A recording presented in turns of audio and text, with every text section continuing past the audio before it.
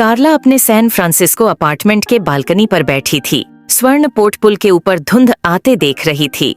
उसे शहर का प्यार में छाया हुआ था, जिसमें उसने जीवंत संस्कृति, सुंदर वास्तुकला और भीड़भाड़ वाली सड़कें पसंद की थीं। लेकिन हाल ही में उसे बेचैनी का एहसास हो रहा था, जैसे कि उसके जीवन से कुछ छूट रहा हो। उसके पास एक अच्छी नौकरी थी, एक सुखद अपार्टमेंट था और बहुत से दोस्त भी थे, लेकिन उन सब से उसे वह खुशी और पूर्णता नहीं मिल रही थी जो वह ढूंढ रही थी।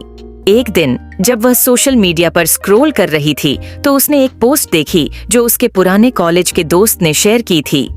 वह दोस्त कुछ साल पहले सैन होजे में चली गई थी और वह शहर के समृद्ध कला संस्कृति, विविध जनसंख्या और खुशमिजाज आसपास के क्षेत्रों की प्रशंसा कर रही थी।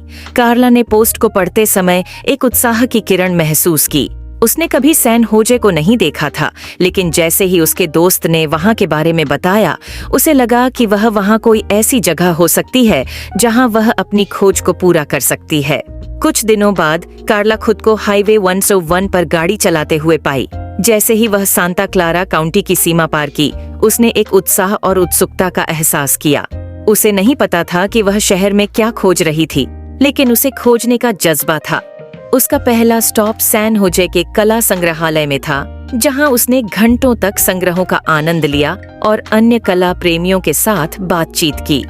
फिर उसने शहर के ऐतिहासिक इलाके में टहलते हुए सुंदर वास्तुकला और रंगीन म्यूरल्स का आनंद लिया।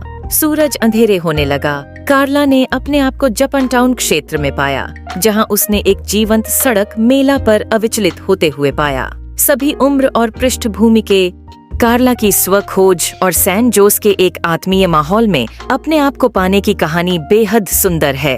यह नई अनुभवों की खोज और खुलापन की शक्ति का प्रमाण है। शहर की विविध संस्कृति और स्वागतमय वातावरण उसके साथ सहमत हो गए। आखिरकार उसे संतोष और शांति का एहसास हुआ। यह एक याददाश्त है कि कभी-कभी हमारी खोजी मान्यताओं को अनपेक्षित स्थानों में पाया जा सकता है।